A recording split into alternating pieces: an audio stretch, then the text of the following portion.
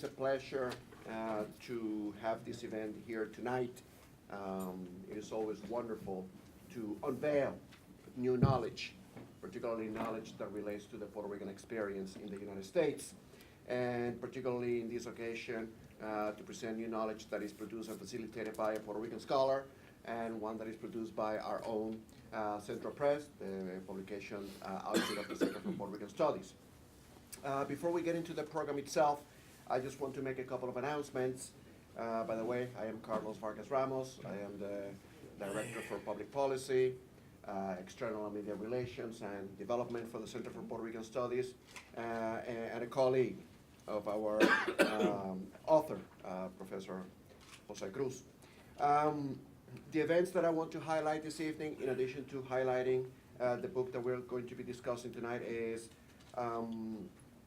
on Thursday, we have a part of the Pioneras series.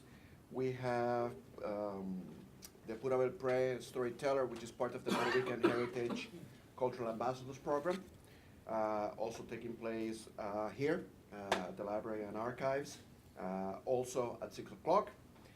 Next Tuesday, also at Hunter College, in this case on our campus on 68th Street and Lexington Avenue, we have our colleagues also, Edna Costa Belén and possibly Carlos Santiago, who are the authors of the second edition of Puerto Ricans in the United States, a contemporary portrait. And later on in April as well, we have our Puerto Rican series, our Diaspora Summits. This one is entitled specifically In Pursuit of Puerto Rican Studies, a Research Summit. So we want to bring in researchers, scholars, activists, people interested in the happenings of the Puerto Rican community in the United States. Certainly in the context of what is going on in Puerto Rico and the reconstruction of Puerto Rico, we will be assembling at the University of Central Florida on April 16 and 17 in a few weeks. In addition, and finally, before we get into the program per se, I want to remind you and present to you a summary of our next journal issue, Centro, the journal of the Center for Puerto Rican Studies. The next number is entitled collectively Puerto Rico Post-Hurricane Maria, Origins and Consequences of a Crisis. And this is the guest editors for this number are Edwin Melendez, director of the center, as well as our co-director, or rather the former director. Thank you. This is the new issue of the journal. It's a nice collection of articles. So again, the editors are Edwin Melendez and Charles Venator Santiago from the University of Connecticut stores. And we have handouts. We actually have a couple of numbers of the journal, as well as the summary of the introduction to the issue. So they are right here on the display case. So feel free to grab a copy. But without further ado, what I would like to do is introduce our author, Professor Jose Cruz, from the University at Albany, the State University of New York. He is a professor, associate professor of political science in the Department of Political Science at SUNY Albany, and he is author of several books, the latest of which is Liberalism and Identity Politics, Puerto Rican Community Organizations and Collective Action in New York City. And before I yield the microphone to Professor Cruz, I would like to, perhaps, give a little bit of a context to the book, if I may, Jose. Sure. Historically, when discussing Hispanic communities across the United States, the focus has been on how one single Hispanic national origin group has predominated in a given city or a given region of the country. And this has been the case for Mexican Americans in, for instance, Los Angeles. Puerto Ricans in the Northeast, particularly centered around the New York City metropolitan area. The experience nowadays, however, is one of diversity in those cities and those regions. There are multiple Hispanic of different national origin groups residing in the same cities and areas, oftentimes as neighbors.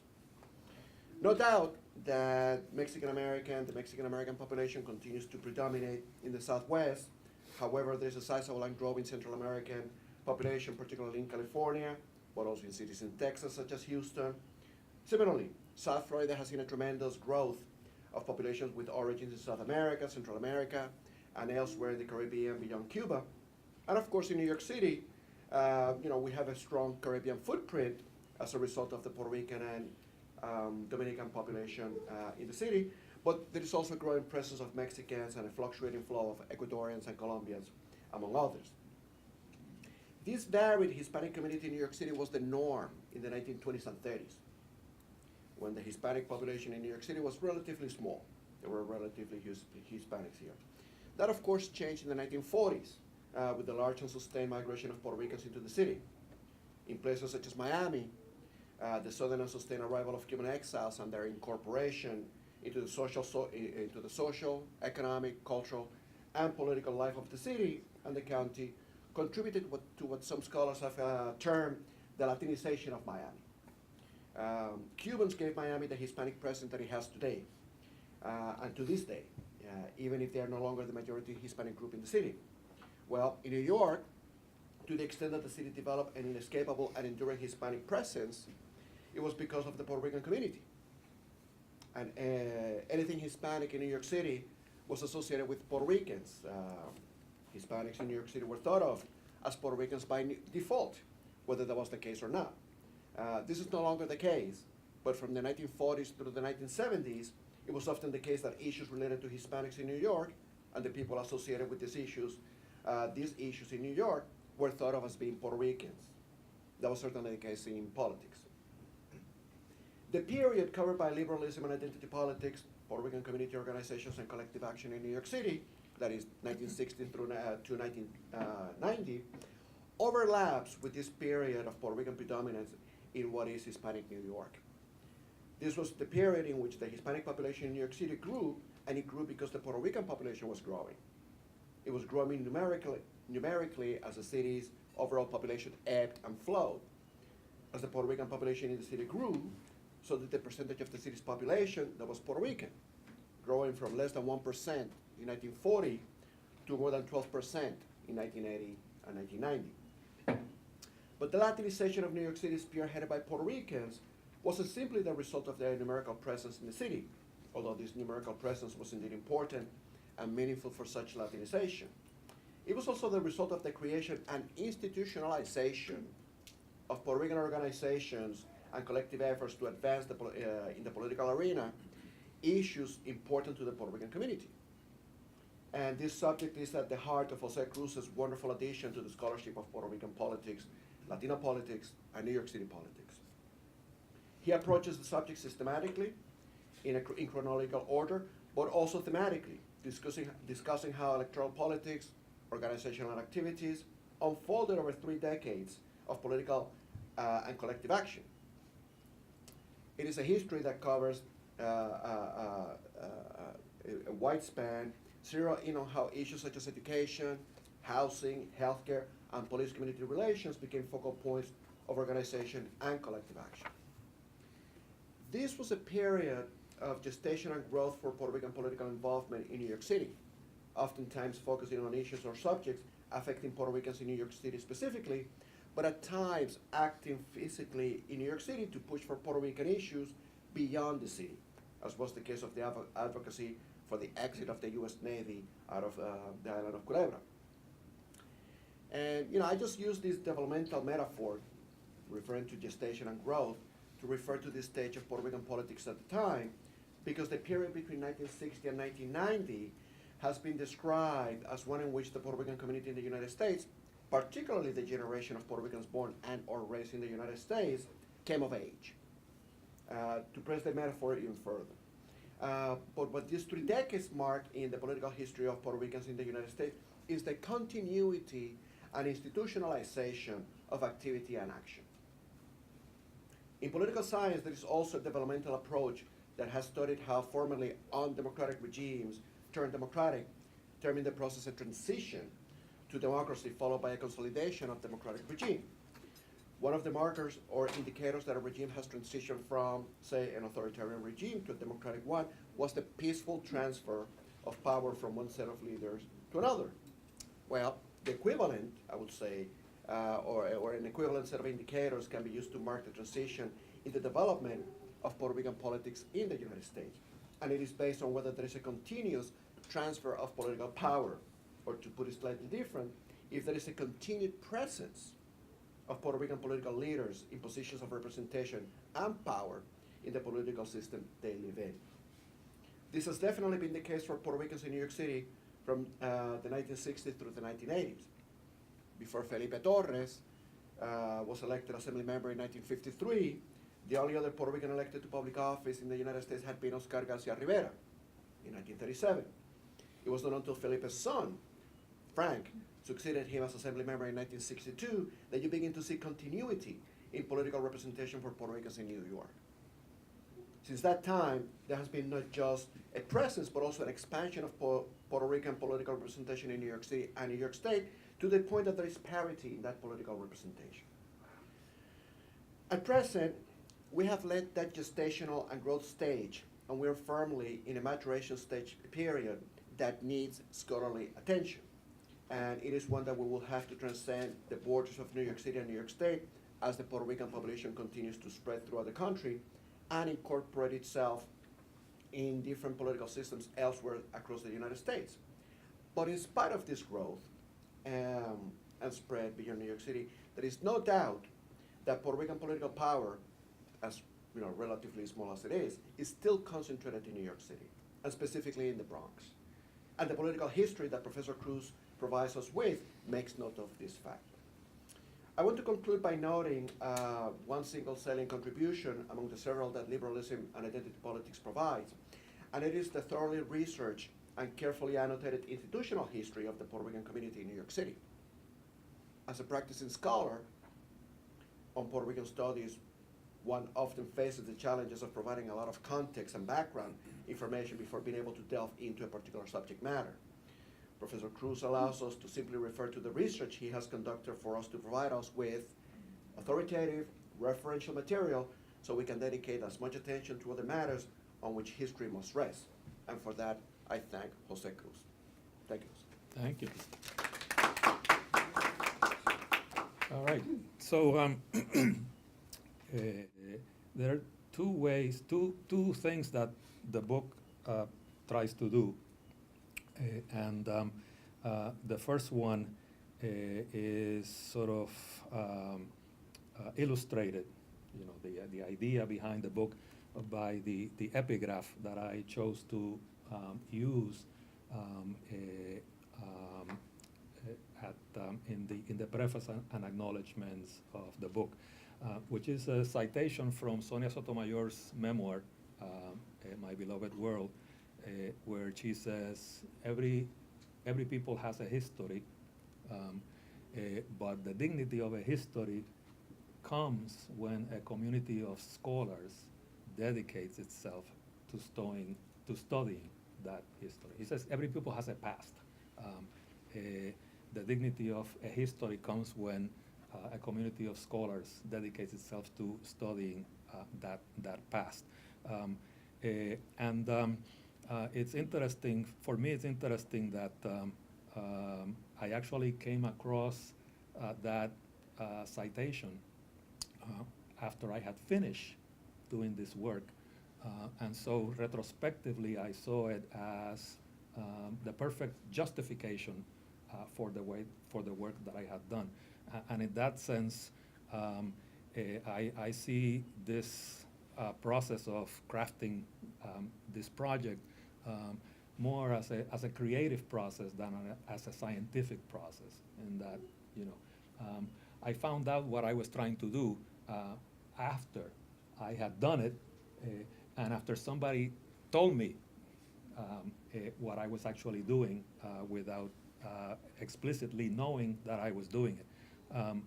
And so that's one way in which liberalism and identity politics can be seen as a creative process whereby the history of Puerto Ricans, the political history of Puerto Ricans in New York City is documented to show that they were there and that they count, right? The significance, the meaning of what Puerto Ricans were doing from 1960 to 1990 politically in New York. So it's the part about historical accounts that goes beyond the answering the question what happened and tries to answer the question what does it mean, right?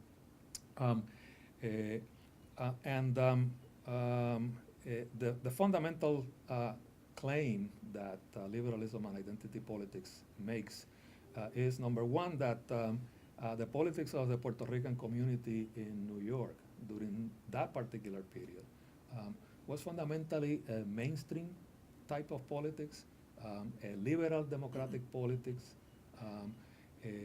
which had other types of orientations as well, but that fundamentally were more or less can be subsumed and subordinated to this predominant orientation. So that's one of the basic argument behind liberalism and identity politics in terms of the character of the politics of the Puerto Rican community. And then, in addition to that, there's the secondary argument that the book makes, which has to do with the place of a politics of identity in a liberal democratic political order.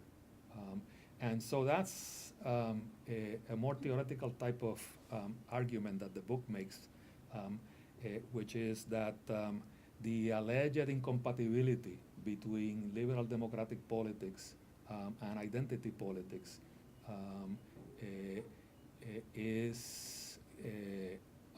can be, it's hard to transcend in theory, but it can be transcended in practice.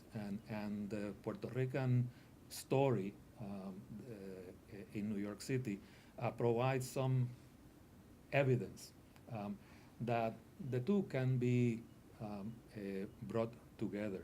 That the idea that in liberal democratic politics there is no room for group rights because community and individuality are incompatible and cannot be reconciled. It's an idea that the Puerto Rican experience shows that it's, can be refuted in practice. That the idea that group rights are undesirable in a liberal democratic political system, it's also refuted by the Puerto Rican experience.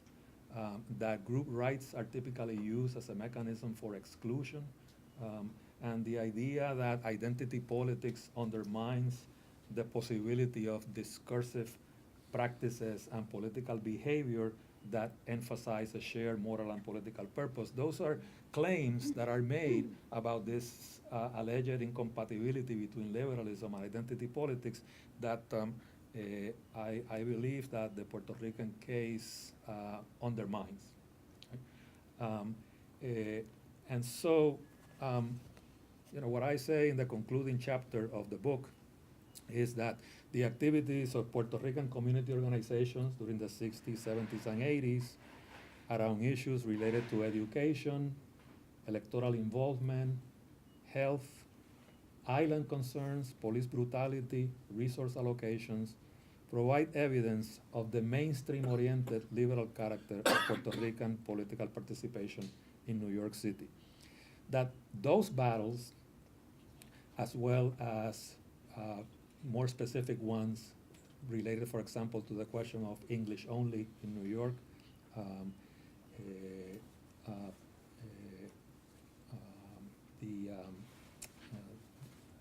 question of bilingual education, the Aspira consent decree, etc., that they were fought on the basis of group identity, but for the sake of the rights of, living and breathing individuals. As a group, Puerto Ricans were not an abstraction, but a community of individuals with distinct personalities and backgrounds, bound together by a common history and a sense of shared culture. They were also bound together by disadvantage, unequal treatment, and the feeling of vulnerability that attends processes of racialization.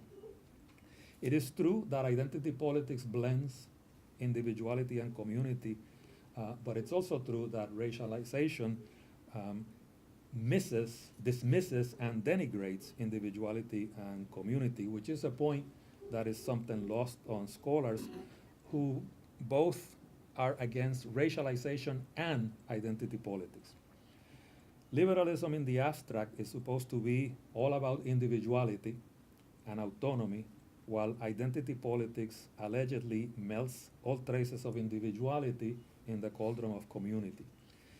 But in the world of real politics, in the world of actual individuals struggling for recognition, for redress of grievances,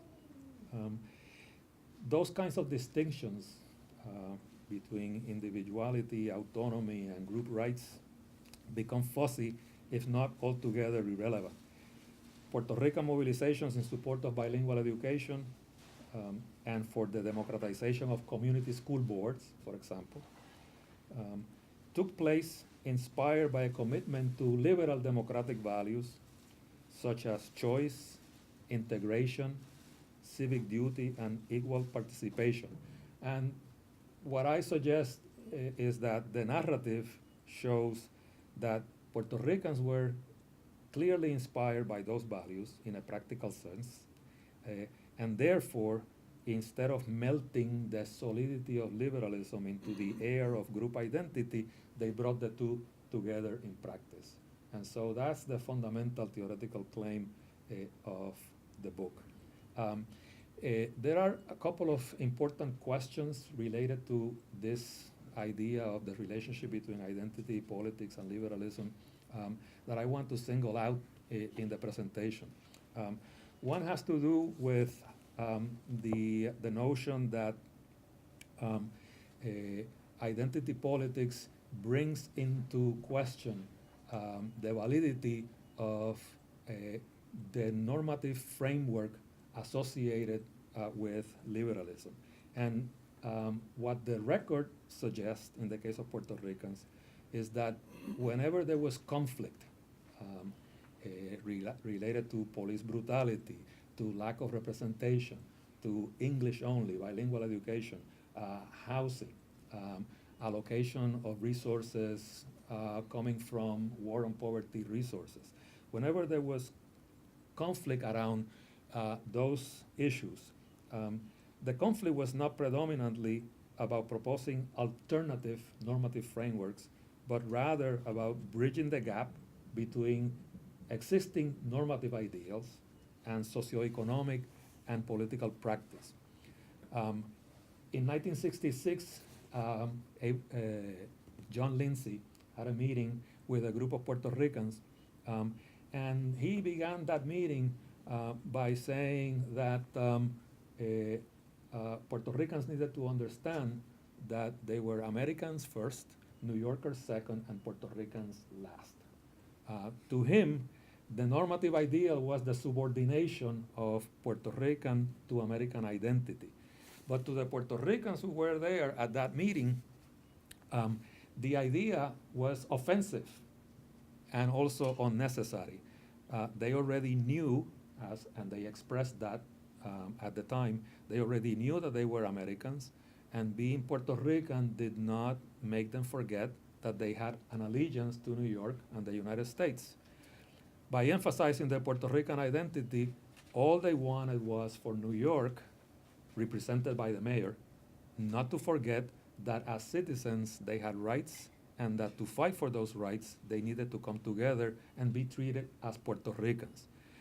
That much was understood by One group also from the 60s that, even though based in Brooklyn and focus on, as they put it, our problems here, they decided to use El Morro as their logo. There were also those who organized themselves in New York on the basis of their towns of origin, right? And doing that, using El Morro as the logo for a Brooklyn organization and organizing themselves as Puerto Ricans from Mayagüez or Maricao or Fajardo, they were not exercises in nostalgia, but mechanisms to secure participation, not to transform the system root and branch, but to secure rights as a class of individuals in order to enjoy them as individuals who happen to belong to a class. So that's one key question regarding this relationship between liberalism and identity politics that the narrative sort of debunks. That if you talk about identity, that identity politics is always going to be illustrative or representative of some kind of a normative challenge to the established order. There is another idea regarding liberalism concerning citizenship, in which citizenship is understood as individuals equal under the law. And there is the claim that identity politics, this idea of individuals equal under the law, is replaced by the idea of a singular group personality of groups unequal under the law, each requiring their own law. And this is the second important question that the book addresses, using the Puerto Rican experience to suggest that what identity politics gave Puerto Ricans in New York was not a singular personality irreducible to a common law, but rather ethnic awareness and power awareness. This is what I refer to as a sense of self in the context of place, ethnic awareness, and a sense of how political actors are favored by the polity, power awareness. For Puerto Ricans, these two types of consciousness gave them a vantage point to assess the degree to which they receive equal or unequal treatment under the law. You don't find this in the record at all. It never gave them a reason to reject the principle of equality under the law. And it never gave them a reason to promote public policies that favor segregation. If they claim to have a personality as Puerto Ricans, it was as a point of cultural and historical pride, as well as an attempt to make the point that Puerto Ricanness was used against them in the allocation of resources and benefits, and that it was often the reason behind the violation of their citizen rights. There is one important irony about identity politics in its relationship to liberalism that it's important to point out. And it's the irony that in their quest to use identity politics to advance group interests, Puerto Rican political behavior, Puerto Rican campaigns, Puerto Rican participation in governmentally funded programs ended up helping develop a substantial group of Puerto Ricans and Latino individuals as professionals working in governmental programs. These individuals, in many cases more so than the community at large, often were the major and immediate beneficiaries of programs intended to serve group needs. In the process, these professionals fought to protect their autonomy, to secure their individual rights, and to express their singular place in the liberal sociopolitical system as Puerto Ricans, as Latinos, and as citizens. This is another expression of what I have called in a different context the phenomenon of pushing left to get to the center. And in this case, the irony is that what was pursued for the sake of group rights ended up serving individual rights, and sometimes to a greater degree than group rights. One important campaign that the book discusses is the campaign to save Hostos Community College. Just as a way of concluding my remarks, I want to make reference to that campaign because that campaign fits neatly within the opening theme, within the overall theme of the book. No other issue between 1973 and 1979 better exemplified the blend of liberalism and identity politics for the sake of social justice. The participants in the battle to save Hostos were not all Puerto Rican, but it was a battle where the latter were protagonists and beneficiaries, and one that illustrated how a simple demand of access to higher education could be one with deep implications for equality and social justice in the city. The battle to save the college, which continued after 1976 and through 1978 as the battle for the college, brought together individuals from the faculty, from the student body, and from the community. After the college was saved, the coalition that came together to battle for the college emphasized equality of funding and of the provision of services.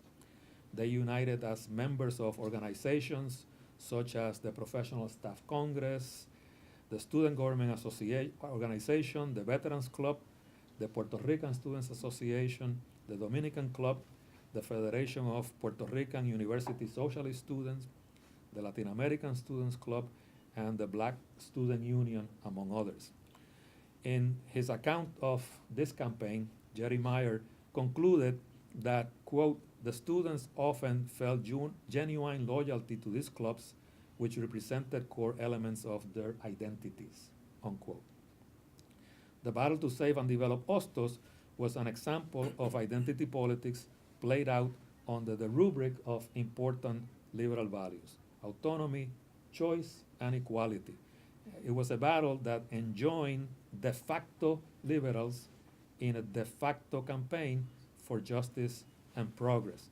And as such, I mean, there are other examples throughout the book. I think that the campaign to save Hostos is emblematic of Puerto Rican politics in the city as a politics that is fundamentally mainstream. It's not marginal. It's been marginalized, but it's not marginal.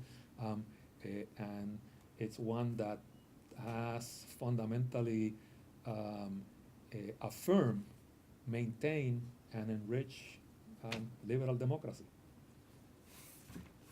Thank you. Thank you, Jose. And who said that my commentary was at the beginning? That's what I thought. Ya que saqué el bate ahora. Ahora saco el bate. Wonderful, wonderful. Thank you, Jose. You know, it's interesting because as I was reading Liberalism and Identity Politics, I could not stop thinking about the debates that took place, particularly in the 1960s, in the political science literature, between those who used the term not so much liberalism but pluralism, which was another way of referring to a system that is somewhat open for any input into the political process, even one where not everybody has the same measure of power in order to exercise influence over the political system. And so we have, pluralism on the one hand, like Robert Dahl, and on the other hand, we had people of the same school of thought, like Ray Wolfinger, who actually studied ethnic politics in the context of liberalism. And they underscore how, in fact, it was such a powerful organizing principle to use ethnic politics as a driver of politics that, the same way, there was no incompatibility in addressing the use of ethnic politics in the context of liberalism to mobilize the population so that they could advocate for their interests before within a political arena that may or may not be very receptive to their demands. Again, one thing that I always find ironic in dealing this literature on pluralism, and that your book brings up, is the fact that, as much as pluralism as a political thought, as a political theory was criticized, it may not be far off. Which is why, to some extent, the politics of Puerto Ricans in New York City, as radical as they may have seemed, are pretty much mainstream. Yeah. And it is that, I guess that pluralism as a system is so flexible that it can entertain the input from all these other groups that had up until that point been marginalized. Puerto Rican politics prior to the 1960s were really, minimal, marginal, right? But at some point, in the 1950s, we were able to elect again a member of the assembly, although that continuity lasted, after the 1960s when Frank Torres got elected.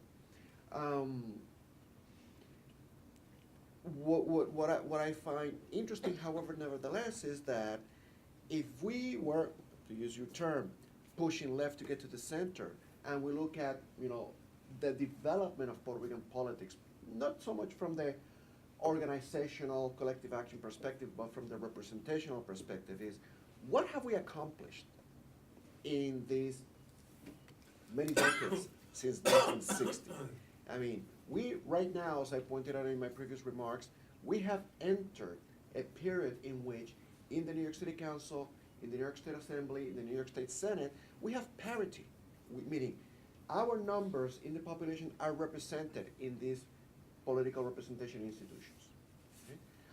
And what can we point to in terms of accomplishments beyond having parity in descriptive representation? So that's a question that I would love for you to perhaps address. Okay. And the other one is, again, looking at your theme about how Puerto Rican politics are in fact politics of the mainstream. Makes me, it raises in my head the argument by Rodney Hero, the two-tier pluralism, again, going back into the pluralism literature, talking about how, in fact, yes, we live predominantly, and Hispanic politics in the United States take place within the context of pluralism. But it's a system divided into two, one for the mainstream and one for people at the margins, who may nibble at the, and may dabble in the mainstream political arena, but, what do we have to show for that, for our involvement?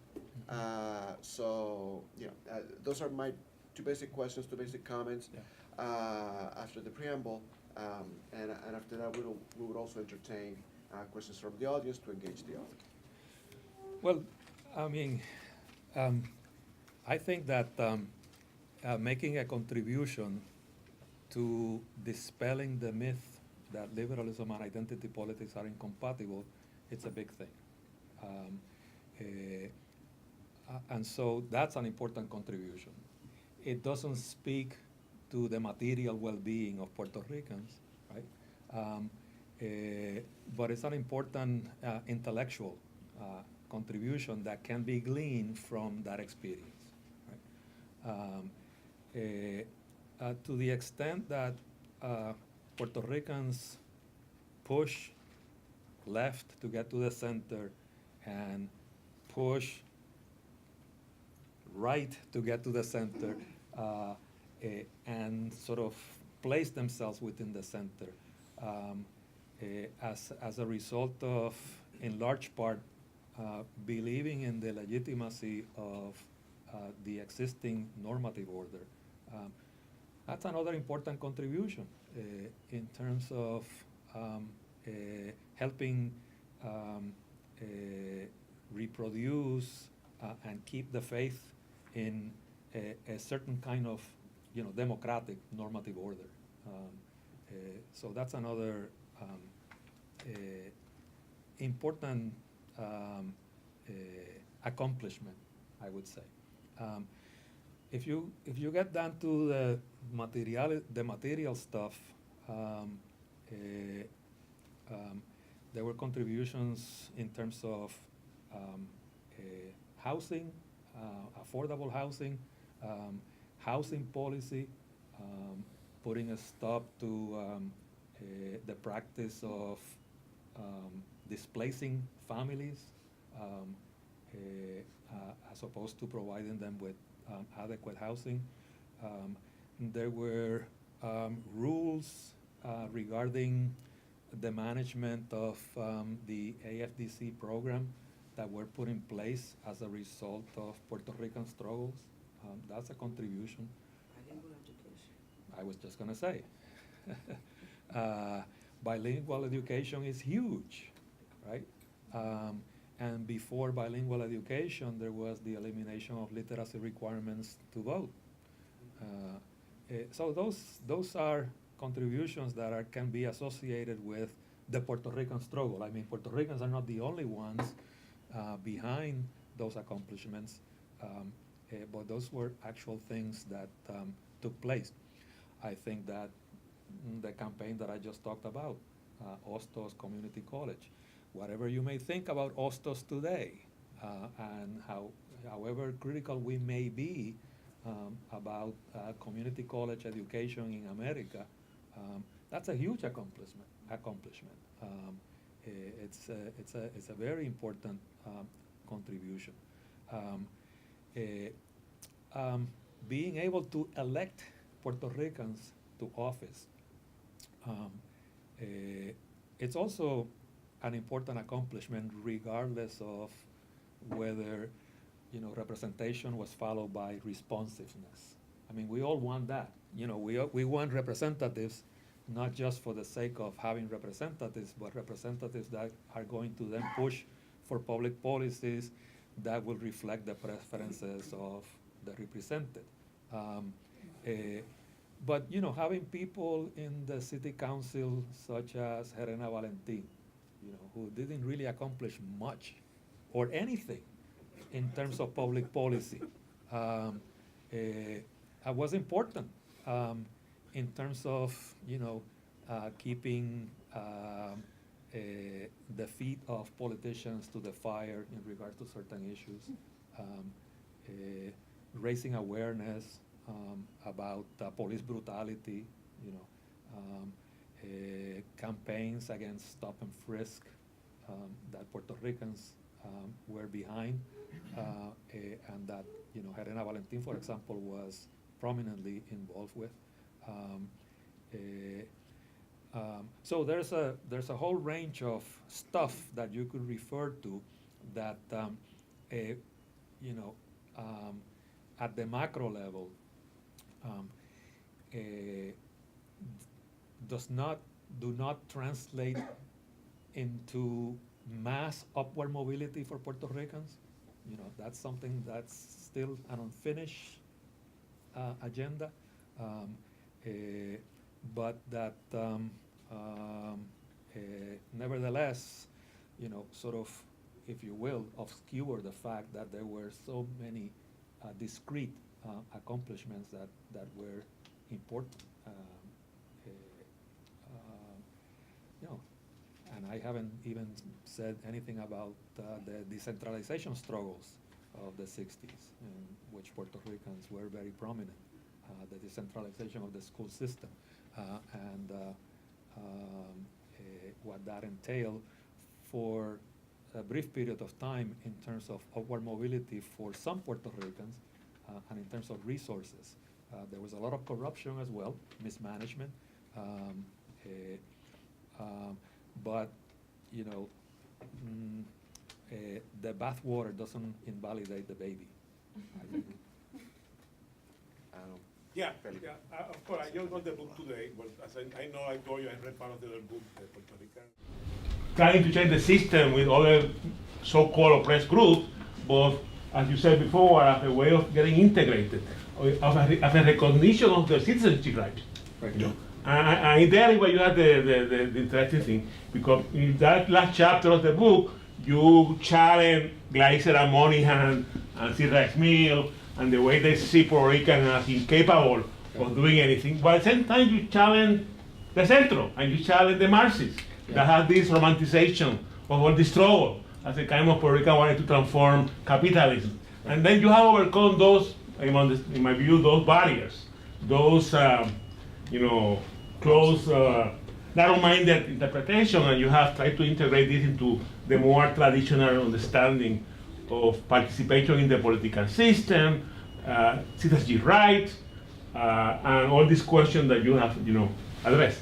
And I think that is the big contribution. I mean, we may not agree completely, Right. but I think it's a very different way of understanding Puerto Rican politics, in the way we have seen before. Thank you. I agree. And the thing about it is that even though I come from that radical cohort on Puerto Rico, We all came from there. we all came from that. Yeah. As I, dedicated myself, as I made my transition from the practice of politics to the study of politics, and I looked at what's going on, just looking at the record basically tells the story, right?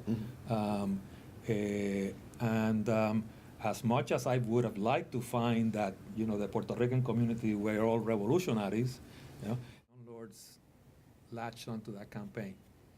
Before they burned garbage, Father Gigante was burning garbage in the Bronx, in Manhattan. And he did it not to get the garbage picked up, but to dramatize the fact that buildings had no heat, right? So there were garbage campaigns before the Young Lords. Lincoln Hospital, one of the biggest ironies of Young Lord activity is that at the time in which Lincoln Hospital was at the most deteriorated, at its worst, is precisely when the Young Lords put la pancarta que dice Bienvenidos al Hospital del Pueblo. And that was their big accomplishment, and so, there were, I'm not denying that the Young Lords made a contribution, an important one, but again, they were not representative of Puerto Rican politics. It's essentially the point that I would make, which to this group may seem like, well, duh, but there's been so much ink, spilled, making the claim that the Young Lords were not only representative, but that nothing was ever accomplished before or after the Young Lords. That claim has been made. Aurora? I found it, seeing someone like Badillo was a big deal, and he was a brown, big man. That's what it's all, un puertorriqueño. And even though he spoke very well without an accent, it was an imposing figure, especially for young people coming up. After that, and him being borough president, after that, seeing people like the Young Lords, to me, kind of woke up a consciousness. Because I would bring stuff to my mother and she would say, eso no fue así, yo no sé por qué ellos escribieron eso, pero eso no está bien. And I would tell her, but Ma, so they did something that way. And then afterwards, you had all the nonprofits coming up. In terms of corruption, the Ramon Morales, this is like the biggest, Morales? No, Ramon Velez. Ramon Velez, that was like the big name in the Bronx but they were also, as you said, they were competing on the mainstream. And we were competing on the mainstream. Not only our politics, but our culture, our music as well. Right. Was competing with rock and roll, with R&B. Yeah. So we Yeah, had a presence. There are many dimensions of the mainstream character of the Puerto Rican community. I wanted to address the point that you made about Wolfinger's work and Dahl's work, because there's an important difference between what I'm trying to do here and the kinds of claims that they made regarding the relationship between ethnicity, ethnic identity, and politics. They were operating within sort of the liberal paradigm in which the fundamental criteria and concern is individuality. And so they were talking about how ethnic identity was used as a way of luring individuals into certain kinds of political behavior, namely voting and representation. What I'm arguing here is something slightly different, which is that that not so much that ethnic identity was recognized and exploited for the purpose of electoral participation, but that the claims that ethnic identity politics represents something foreign, incompatible with liberal democratic politics, it cannot be sustained when you look at the actual practice of a group like Puerto Ricans. So the idea that group rights, you cannot have group rights in a liberal democratic order is sort of subverted by the Puerto Rican experience. That's something slightly different than saying that ethnic identity was used to sort of register voters, sort of to entice them into participating as individuals. Yeah, and to follow up on the point that Felipe was making before about that's precisely the point that pointing out at the failure of liberalism by virtue of the fact that ethnic politics remain in Glazer's and Moynihan's book, underscores that point that they wanted to eliminate. They would like to see the erasure of ethnic identity, right, and go into the individual, the value of the individual, and the individual as a prime mover of politics, as a citizen, right? as an But abstract citizen. Exactly, but they actually, at least from that perspective, thankfully they were empiricists.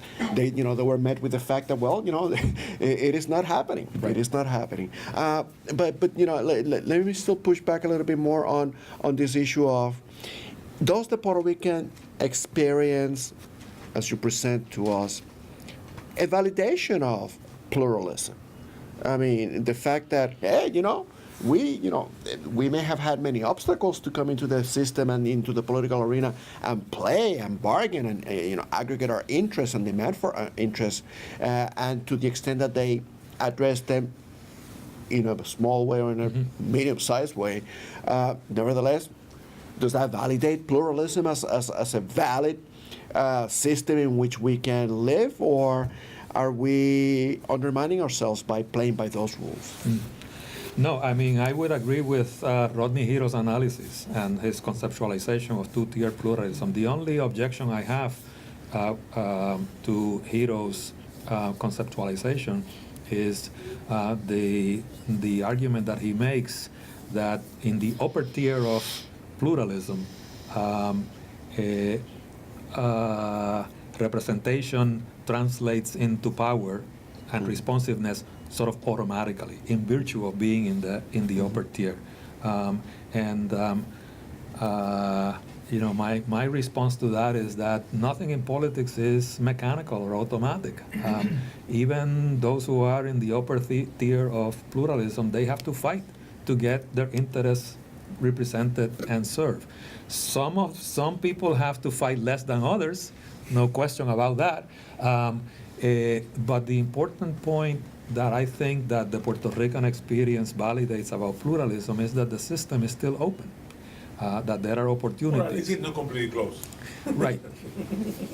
Yeah. Because there are barriers, huh? Yeah. Anyway. There are barriers. And, the way that Marshall, Browning, and Tapp put it in their book, Protest is Not Enough, was, the door is slightly open, but in order to get in, you have to push it. And so it's a question of, finding, accruing the resources necessary to be able to push the door open and then and walk through. In politics, there's no guarantee of anything, but there is a normative framework, there is a legal framework, there is a constitutional framework that favors a conception of pluralism, because it's a framework that individuals and groups can use to, marshal the resources and push the door open. Whether they're going to be able to open it or not, then, there's no guarantee of that. But it's a big difference whether the door is slightly ajar as opposed to, Shut. hermetically shut. Yeah. No, and that's a wonderful point about, this is in the end also a story of resource mobilization. Right. And we as a community, we may not have comparatively as many resources as other groups in this society may have, but hacemos de tripas corazones. We're actually drawing blood from stone and get things done.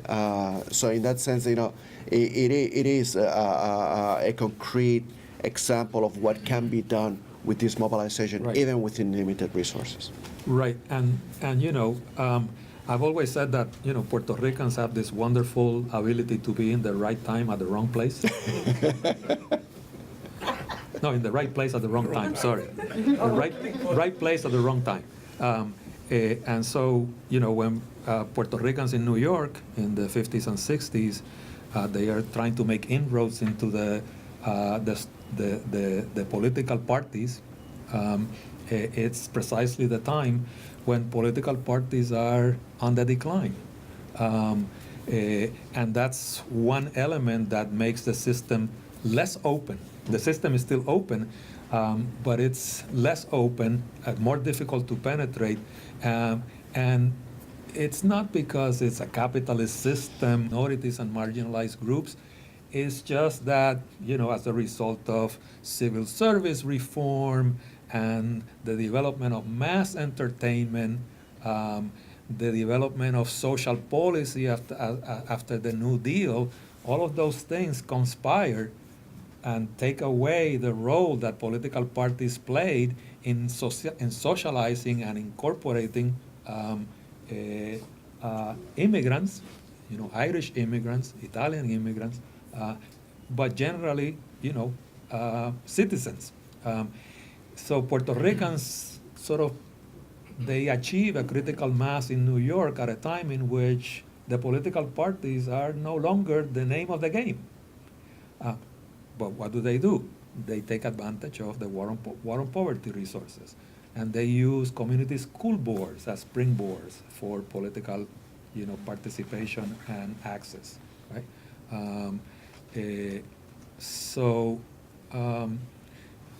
And those are, structural features that they find themselves having to deal with, but they are not structural features that foreclose the system to them. It makes the task of access harder, different. They had to sort of find their way pretty much on their own, and the limitations of whatever accomplishments they were able to marshal using those resources were in part related to the fact that they had to figure it out as they went along, without any kind of mentorship or sponsorship in the way that other groups had it through the political parties. Buenas noches todos. Buenas noches. You mentioned that in the 1950s and the 60s, the political structure the two-party system was weak, and that left open Puerto Ricans to gain admission into the system. No, it actually made it more difficult. More difficult? Yes. Okay. Are we still in that same situation now? Because the Democrats and Republicans no se están llevando muy bien tampoco hoy en día. Yeah. And so there's a lot of talk about socialism by both parties. Yeah. So are those inroads that generation of the 50s and the 60s opened now being closed to the millennials, for Yeah. example? Right. Yeah. The situation today is completely different. Oh, okay. The political parties are still relevant, but they still do not provide the kinds of resources and opportunities that they did during the time of the urban political machine, right? Now they are mostly strong at the national level, and the party organization essentially invests its resources where it thinks it can win. You know, it's not so much a conquest for voters, but a conquest for positions. You know, and so, I mean, you know, the rise, for example, of someone like AOC, it's interesting because it comes up in that context of as general, you know, organizational irrelevance on the part of the political parties at the local level.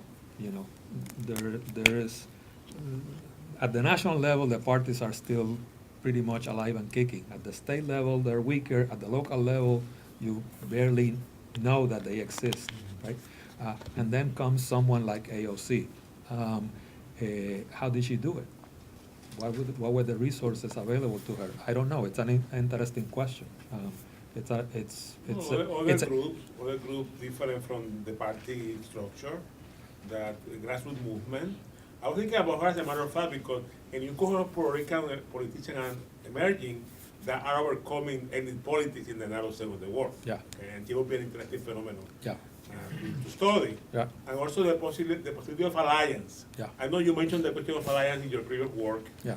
They have both dimensions, the positive and the negative, because Puerto Rican have allied with blacks and they have gain and they have lose. You have this contradictory dynamic. Other group, other Latino, with the new Latino wave, now Puerto Ricans are just one part of the mosaic. Right. Puerto Rican has played also a part in the process of other group getting recognition like Dominicans. You know, I don't know if that have been also that question. Not at the time you study, but more recently. Yeah. But I think also the question of narrow Puerto Rican politics is changing. We have new communities like in Florida, new alliance. Yeah. You mentioned the Hostos model. I think one of the important things with the Hostos experience of the, say, Hostos in the 70s was this broad movement. Right. Beyond narrow nationalist Yes. definition. You have the nationalist element there. You have Ramon Jimenez Yeah. and other local Puerto Rican leaders, but you have also other people that were not just defined by ethnicity. Right. I know these are an open question. Yeah. No. I think the question of citizenship is still key. Yeah. Luis? I have a question that goes back to your title, and to the extent that the title says one thing, but the discussion says something not quite the same. Liberalism and identity politics, Puerto Rican community organizations, Mm-hmm. and collective action. Yeah. And part of what I hear the presentation discussion has been more around the electoral politics Uh-huh. and less around the community organizations Yeah. and collective action. And I raise it because the question is, to what extent the focus on either electoral politics, whether radical or mainstream, Mhm. whether independentista, Mhm. young lords, or in the political party system, marginalizes the story and the reality of the contribution of the organizations created Yeah. by people like Pantoja, Yeah. by Yolanda Sanchez, Yes. by Frank Bonilla and others. Yeah. Uh, Yeah, and- you're- And what I'm saying is, I wonder whether, in the book, if when I get to read it, whether the work and the activity of these people in these organizations, the Forum, Centro, the National Puerto Rican Coalition, not Yeah. just Hostos, Yeah. Praca, and then later on, Yeah. El Puente and Yeah. other organizations, Yeah. needs to be centralized more, because on the cover you have Alice Cardona. Yeah. Pero the work of people like Alice and Yolanda and others can get marginalized when we're looking at the political structure, Right. The ideology of two systems Mhm. of thought Yeah. in conflict with each other, and one being seen as more legitimate, the Glasser Moynihan versus the other one of pluralism. Yeah. But I go back, and I'll shut up, the original words that I read from Pantoja was not a AAA process, but identity analysis, community development. Yeah. So what became awareness analysis, action got sort of trivialized, because action can be anything. Mhm. Community development was creating our own structures, creating our own organizations Yeah. that we control, that provide services and can be platforms for speaking, Yeah. for us to be able to speak to power. Right. No, I think you're right. We sort of veer off the focus on, community organizations and collective action, which is really the core of the narrative in the book. In part because, this research and this book is one half of a larger project looking at Puerto Rican politics in New York during this period, 60 to 90, at two levels, at the elite level and at the community level. And so the elite level analysis is in the book that was published in 2017 that Felipe mentioned, Puerto Rican Identity, Political Development and Democracy in New York. And so we kind of, they are related. That analysis and this analysis, they are related in that, both at the elite level and at the community level, at the top and at the ground, the politics is a politics that is mainstream and that is liberal democratic. And so, but you're right. We sort of in the discussion, we have veered off more towards the elite level of that other book rather than talking about the National Congress for Puerto Rican Rights and the Fort Apache campaign, right? I did mention Hostos, that's there, but the book is not a history of it's not a history of community institutional development. So if you're going to read the book looking for, a complete account of the Puerto Rican Forum and Aspira and Praca and NACOPRO and et cetera, you're not going to find it, Well, I guess what I'm What looking you're going to for- find is sort of what I call a collage, right? Collage. Looking at instances of community level political behavior and participation, right, around, selected issues, housing, police brutality,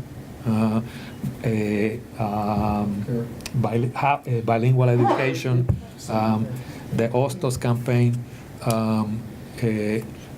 sort of documenting, sort of making an argument for how the boogeyman of identity politics is really not a boogeyman. It's not identity politics is not a threat to liberal democracy, but it's actually that it's integral to liberal democratic politics, which is sort of the larger theoretical argument that I'm making, sort of using Puerto Ricans as my foil, as my my hook. Yeah. But you're right. We haven't talked much about that, but it's in the book. Angelo, before he died, reached out to me with the Centro, and Aníbal knows because he was able to find what Angelo was looking for, which was the first page of El Diario, November 20th, 1968. Ferrer, Segarra, and Falcón locked themselves into the bursar's office at the Board of Ed. Uh-huh. And they were ignored, and one of them, you can imagine which one, but I could be wrong, called and said, "Mr. Superintendent, you should know we have matches." These were aspirante leaders. Yeah. And part of the story that Angela was trying to say is, everybody talks about the young lords. Right. And my best friend was a young lord, seminarian, ex-seminarian, Louis Garden. I have nothing against the young lords, but he was saying, there's a story Yeah. that gets marginalized Yeah. by assuming that Aspida was this elitist group, Yeah. when in fact there were people who were fighting the same struggle in Yeah. different corners. Right. Actually, I want to give the last question to Anna.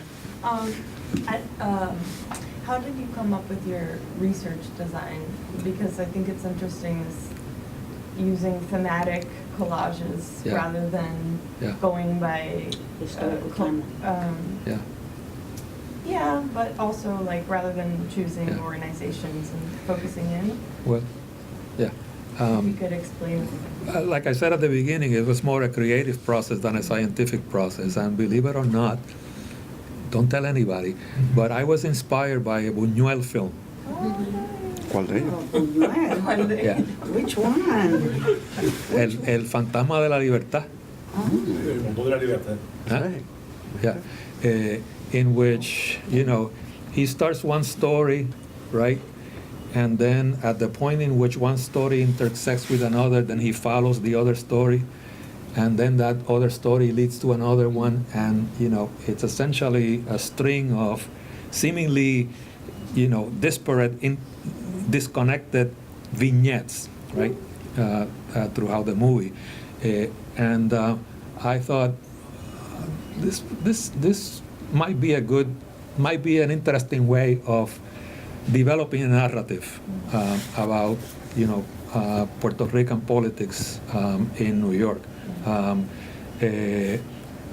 so that's how I originally actually wrote the manuscript. In terms of research design, I proceeded as a historian, trying to answer, again, two basic questions. What happened? What does it mean? Right? I just wanted to document a history of political participation during a period in which, Puerto Ricans in New York sort of crystallized as a community, right? A period where a lot of interesting things were happening in New York, in the Puerto Rican community in the United States, globally, right?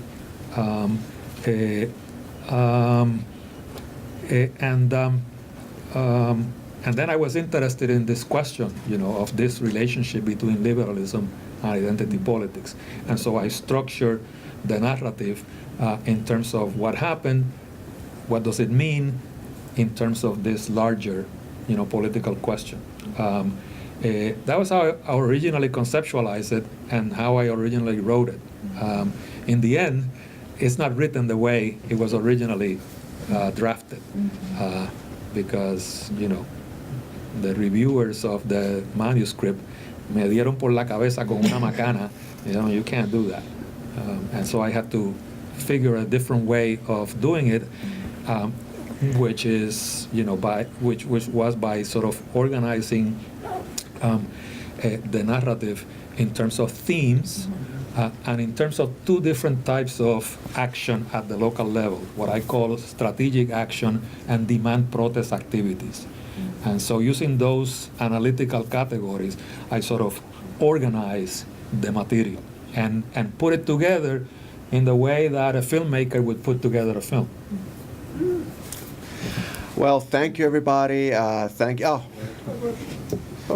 Nowadays, bring it to the present, identity politics, is it unique, is it rebuilding, is it part of the past? It's now called tribalism. Yeah. Well, Is it tribalism, or yeah. pros and cons? Yeah. How do we organize around that? Yeah, yeah, and that's another Compromiso. that's another question related to this relationship between liberalism and identity politics, because the idea of liberalism revolves around the idea of citizenship, which itself revolves around the question of commonality, right? Where individuality is abstracted, and we are all, you know, we all register and we all vote, right? And so identity politics, it's supposed to be sort of pre-modern, tribal, you know, primordial, yeah, and sort of a force that undermines the possibility of a political community based on, you know, homogeneity, things in common. The reality is that, you know, all politics is identity politics. And identity politics is alive and well today, both good and bad. I mean, the worst expression of identity politics in the American experience is white supremacy. Yeah. Mm-hmm. And so we are dealing with that right now, right? So my argument here is that, you know, Puerto Ricans were intransigently Puerto Rican, but they were not tribal, actually. They were not. Los choferes se organizaban como Puerto Rican choferes, right? The people in the Hispanic Council of Civil Service Societies, right? They were civil servants, right? But they organized themselves as Hispanic/Puerto Rican civil servants, right? La gente de Humacao se organizaban como residentes de Humacao, but what they wanted was to be able to fulfill the promise of citizenship, essentially, right? And that's a fundamentally liberal democratic aspiration. All right, with that answer, we'll conclude tonight's program. Thank you very much, Jose Cruz.